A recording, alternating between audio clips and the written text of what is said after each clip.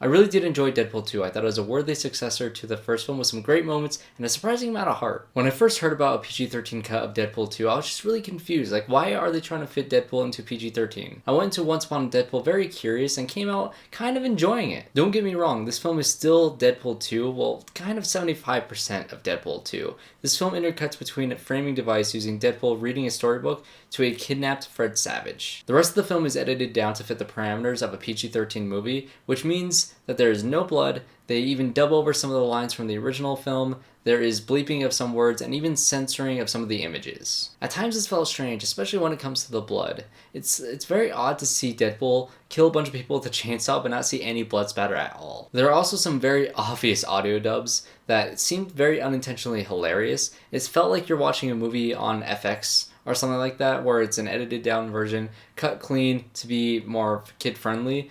It just felt very obvious. Most of the time the dubbed lines are when he's wearing the mask, so you don't really see most of it, but at times when it is obvious, it really stands out. I really did like all of the new scenes that they shot specifically for this film with Fred Savage. Ryan Reynolds took it upon himself to write all of the lines for this, and I thought he nailed it. I think the reasoning behind this was all of it was new to me, whereas everything else that I've already seen in Deadpool 2 was repetitive, but all these new jokes were really funny, and I think all of it worked. This film also puts in some of the deleted scenes that was showcased in the Super Duper cut, which I had not seen, so a lot of that was actually new to me, and I actually did really enjoy most of the changes. And I always thought it'd be funny if Deadpool ever made its way into the MCU, if they just bleeped his lines, and only he could hear the bleep, and everybody else, just didn't really realize it, and he was breaking the fourth wall there. I thought that would be hilarious, and they do bleep out words in this movie, and they don't use it too often, which is what I was worried about, but when they did use it, it was hilarious, especially this one scene in particular, where they just go nuts. Now, my main problem with this is why was it released in theaters? Now, they have a really good excuse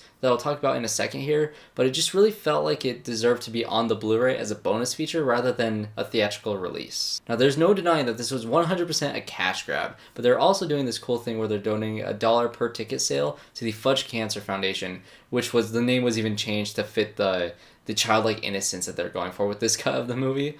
So I think that was a very smart move for them, and you know what? Why not release it in theaters? Why not get some money for this foundation? I think that's pretty cool. So this is only showing in theaters for 12 days, so I think you should go check it out. If not, maybe they will release it one day with a Blu-ray, and I think that's where it would fit better. This film also does not spend any time trying to fix any of the problems you might have had with Deadpool 2, which was not the point of this at all. This was really just a fun experiment to see if Deadpool would work in a PG-13 movie, and I think it does. And I wouldn't be surprised if more studios followed through with this and started doing like an R-rated cut and then releasing a PG-13 one a few months later in theaters. I feel like that's better than releasing like an extended cut like Batman vs. Superman. I think Venom could have done that. They could have released an R-rated version in theaters first and PG-13 later down the line.